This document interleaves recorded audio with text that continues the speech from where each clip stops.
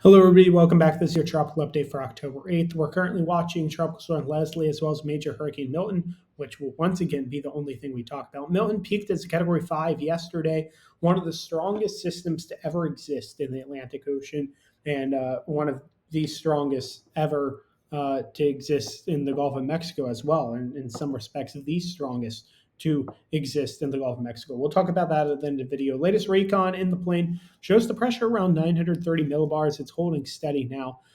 The system began to weaken as a result of an eye wall replacement cycle. So when these systems get strong, they build up their eye wall, they build a second eye wall out.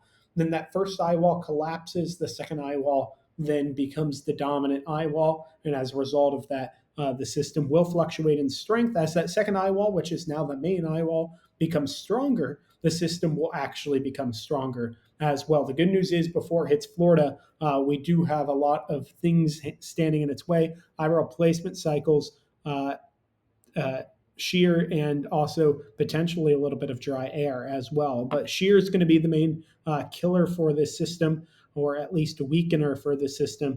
By no means is the risk diminished. An extreme risk of impacts to West Central Florida. The National Hurricane Center calling this potentially one of the most destructive storms in West Central Florida history.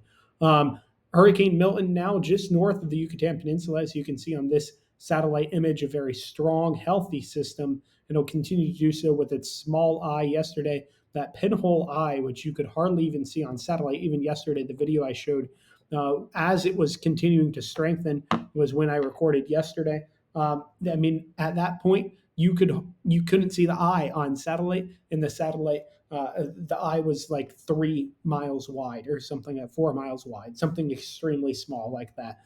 As a result of the latest forecast on Milton, I have upped the flooding risk to a significant risk from high to significant, not quite extreme. We won't have a Harvey type event here where it's just going to sit over Florida. It'll move out of the way. Good news there. Bad news, though, is going to be storm surge. Kind of depends a little bit on landfall point. If it's just north of Tampa Bay, I'm sorry, it's going to be rough for Tampa Bay if the landfall point is just north of there. I mean, the amount of storm surge, regardless, is going to be crazy for Tampa and the surrounding areas. Please heed the evacuation orders for your area. Basically, everywhere within the hurricane warning and even hurricane watches, if you are in evacuation zones A or B within the state of Florida, you are likely under a risk of having to evacuate. If not, you are expected to be evacuated by the end of the day today. That's currently where we're at right now. Winds at 145 miles an hour. The system could, in fact, strengthen some more before it makes landfall. So once again, if you are in anywhere from Lely County down through Collier County in evacuation zones A or B, and perhaps in some cases even past those, I know several counties are in evacuation zone C for evacuating. For example, Pinellas County is in evacuation zone C right now. I can't read that county name, but that's also in Manatee County, also in evacuation zone C. Um, yeah, and I think that's the extent of C's at the moment. But the remainder of the counties, also in uh, Pasco County. Pasco County is also up to Zone C as well, and I guess even further to the north there. Let's see how far north that goes. Whatever county that one is, south, just south of Citrus County, north of Pasco County, also in evacuation zone C. So again, if you are in evacuation zones A or B for basically the entire Florida Gulf Coast, or evacuation zone C in several counties near the center of the system, you should be evacuating to a safe place no later than the end of the day today, as we will expect tropical storm force winds to arrive here shortly. We're looking at about 48 hours to landfall. And we are looking at the potential to re-intensify into Category 5 before it begins to gradually decrease in strength due to the effects of shear. That will not diminish the impacts from the storm at all. Remember, wind is never the major concern with hurricanes. It's that water, storm surge, and rainfall that we're concerned about. Rainfall 8 to 12, isolated at 18, especially north of the landfall point near Tampa Bay because of the south side of the storm. So South Florida, basically anything south of Fort Myers, south of I don't know, a city over there, Melbourne maybe.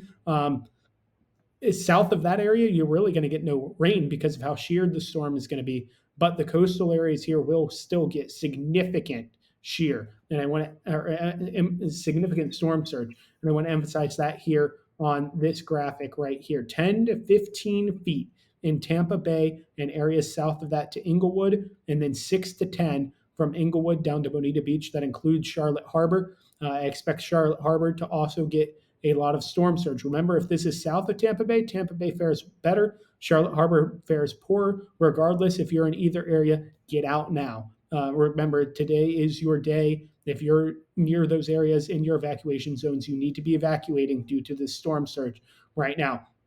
Also, if you're to the north, up to Yankeetown, significant storm surge likely there as well. 3 to 5 from the Swanee River down to Yankeetown. 4 to 7 from Bonita Beach at Shoklovsky. That'll still be devastating for certain areas.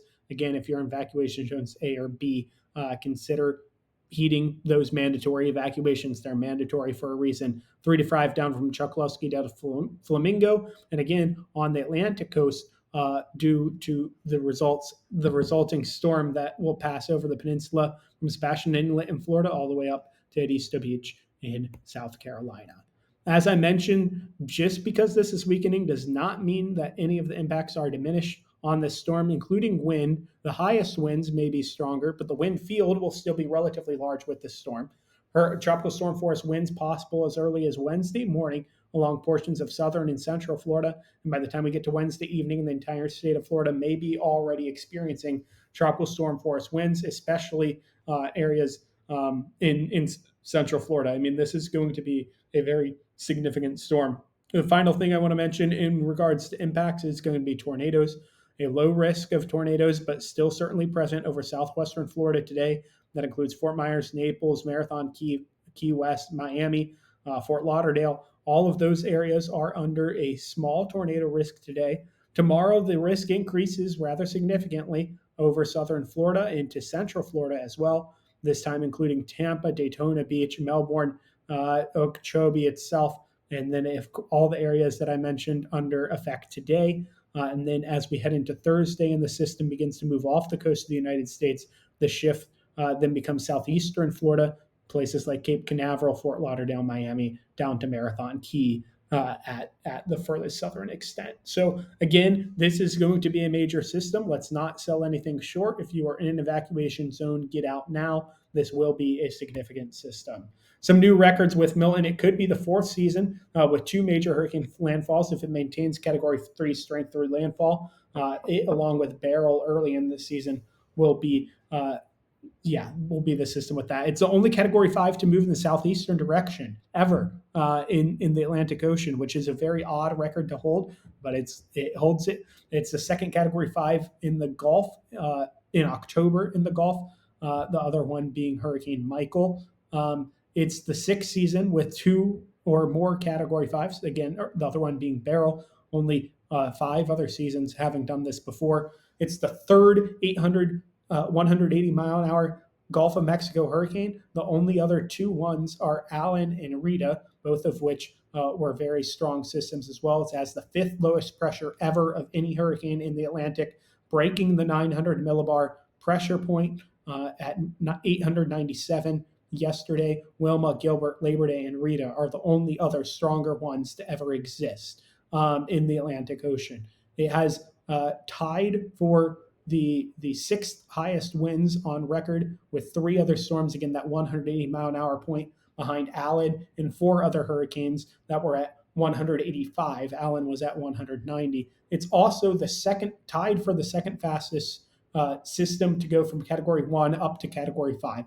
The intensification rate we experienced yesterday was absolutely wild. To have planes in the storm for that was also really cool from a scientific perspective. To have the fastest was Wilma, which did it in 12 hours, and Maria is tied with Milton for intensifying in 18 hours from Category 1 to Category 5. So a lot to be expected from Milton. More records probably will be set with this storm, unfortunately.